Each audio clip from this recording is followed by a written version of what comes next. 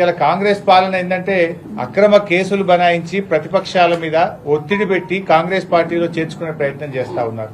ఎవరైనా పార్టీలో చేరమంటే వాళ్ళను రకరకాల వేధింపులకు గురి చేయడం, కేసులు పెట్టడం ఇవాళ కాంగ్రెస్ పార్టీ నైజంగా మారిపోయింది. ఇవాళ మా పటాన్చెరు శాసనసభ్యులు మహిపాల్ రెడ్డి గారి సోదరుడి ఇంటికి ఉదయం 3 గంటలకు 100 మంది పోలీసులు వెళ్లి ఆయన అరెస్ట్ చేసే ప్రయత్నం చేసినారు. ఆయన ఏమన్నా బందిపోటా, టెర్రరిస్టా, రేపిస్టా? ఎందుకు 3 గంటల రాత్రి పోయి ఆయనను వందలాది మంది పోలీసులు పోయి అరెస్ట్ చేయాల్సిన అవసరం వచ్చింది? అంటే ఇది ఏంది? మీరు భయభ్రాంతులకు గురి చేసే ప్రయత్నం చేయడం. అసలు ఆ కేసు ఏంది? Civil matter. అవసరమైతే దాంట్లో నోటీస్ ఇవ్వాలి. యాక్చువల్ గా 41 PRC కింద నోటీస్ ఇవ్వాలి. నోటీస్ ఇవ్వకుండా, ఎఫ్ఐఆర్ కాపీ ఇవ్వకుండా మబ్బుల 3 గంటలకు 100 మంది ఎస్ఐలు, సిఐలు, కానిస్టేబుల్ వెళ్లి ఇవాళ ఆయన అక్రమంగా అర్ధరాత్రి పూట అరెస్ట్ చేయాల్సిన అవసరం ఏమొచ్చింది అని మేము అడుగుతా ఉన్నాం. ఇలా అరెస్ట్ చేసేటప్పుడు కొన్ని విధానాలు ఉంటాయి కదా. నోటీస్ ఇవ్వాలన్నా వద్దా? ఎఫ్ఐఆర్ కాపీ ఇవ్వాలన్నా వద్దా? మబ్బుల 3 గంటలకు మీరు అరెస్ట్ చేస్తారు, 10 దాకా ఎఫ్ఐఆర్ కాపీ ఇయ్యారు అడిగితే ఇది ఎక్కడి విధానం అని మేము అడుగుతా ఉన్నాం. నేను పోలీస్ అధికారులను కూడా కోరుతా ఉన్నా, ఏ ప్రభుత్వం కూడా శాశ్వతం కాదు, దయచేసి పద్ధతులు మర్చిపోకండి, మితిమీరి ప్రవర్తించొద్దు అని చెప్పి కూడా నేను పోలీస్ అధికారులను కోరుతా ఉన్నా. మేము 10 ఏళ్లలో ఏ రోజు కూడా ఈ రకమైన ప్రయత్నాలు చేయలేదు. 10 ఏళ్లు అధికారంలో ఉంటే ఈ రకంగా మేము ఎప్పుడు అధికార దుర్వినియోగానికి పాల్పడిన పరిస్థితి లేదు.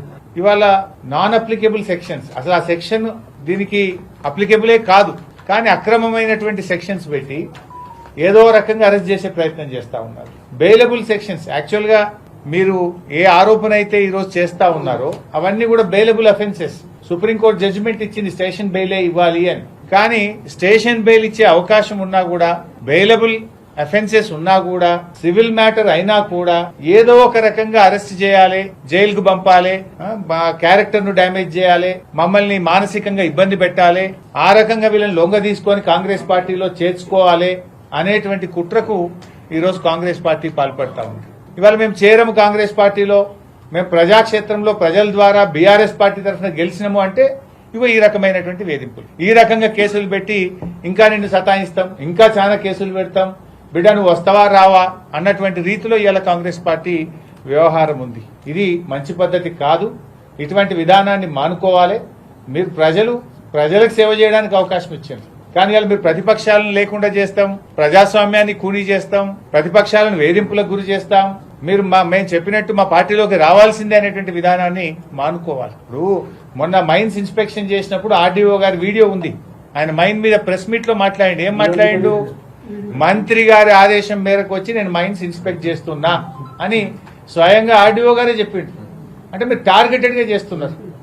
ఇవాళ పటాన్చెరు ప్రాంతంలో మాకున్న సమాచారం మేరకు 20-30 మైన్స్ లీజ్ అయిపోయింది. అలా కాంగ్రెస్ పార్టీ నాయకులై, మాజీ మంత్రులై కూడా ఉన్నాయి. వాటికి లీజే లేదు, అయినా అవి నడుస్తూ ఉంటాయి.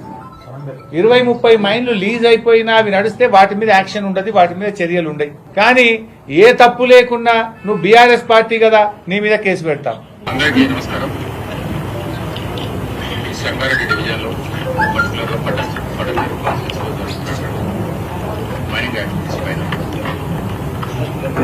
గౌరవ మంత్రివర్యులు శ్రీ రామరాజు గారి ఆదేశానుసారం సంగారెడ్డి జిల్లా కలెక్టర్ గారు ఒక టాస్క్ ఫోర్స్ ఏర్పాటు చేయడం జరిగింది. టార్గెటెడ్ గా మంత్రి గారి ఆదేశం మేరకు మేము చేస్తున్నాము. ఇది ఏంది ఉద్దేశం? ఇది ప్రతిపక్షాలను లొంగ తీసుకోవడం, ప్రతిపక్షాల మీద బురద జల్లడం, ప్రతిపక్షాలను పార్టీలో చేర్చుకోవడం కోసం ఒక పథకం ప్రకారంగా వాళ్ళు ఈ ప్రయత్నం చేస్తా ఉన్నారు. మరి ఇలా అనేక క్వారీలు లీజ్ అయిపోయినాయి, వాటిని ఎక్కడ టార్గెట్ చేస్తారు? అవన్నీ కూడా నడుస్తా ఉన్నాయి, కాంగ్రెస్ పార్టీ నాయకులే నడుస్తా ఉంటాయి. దాని మీద ఏం చేయరు. ఇక్కడ ఏ తప్పు లేకపోయినా, అన్ని అనుమతులున్నా ఏదో ఒక నెపం పెట్టి, ఏదో ఒక తప్పును చిన్నది కూడా వెతికి వరుసగా కేసు మీద కేసు, 3వ కేసు ఇది, 3 ఎఫ్ఐఆర్లు నమోదు చేసింది ఇప్పటికి. అంటే ఒక కేసు తర్వాత ఒకటి పెడుతూ వేధించేటువంటి ప్రయత్నానికి ఇవాళ కాంగ్రెస్ పార్టీ ప్రయత్నం చేస్తాం.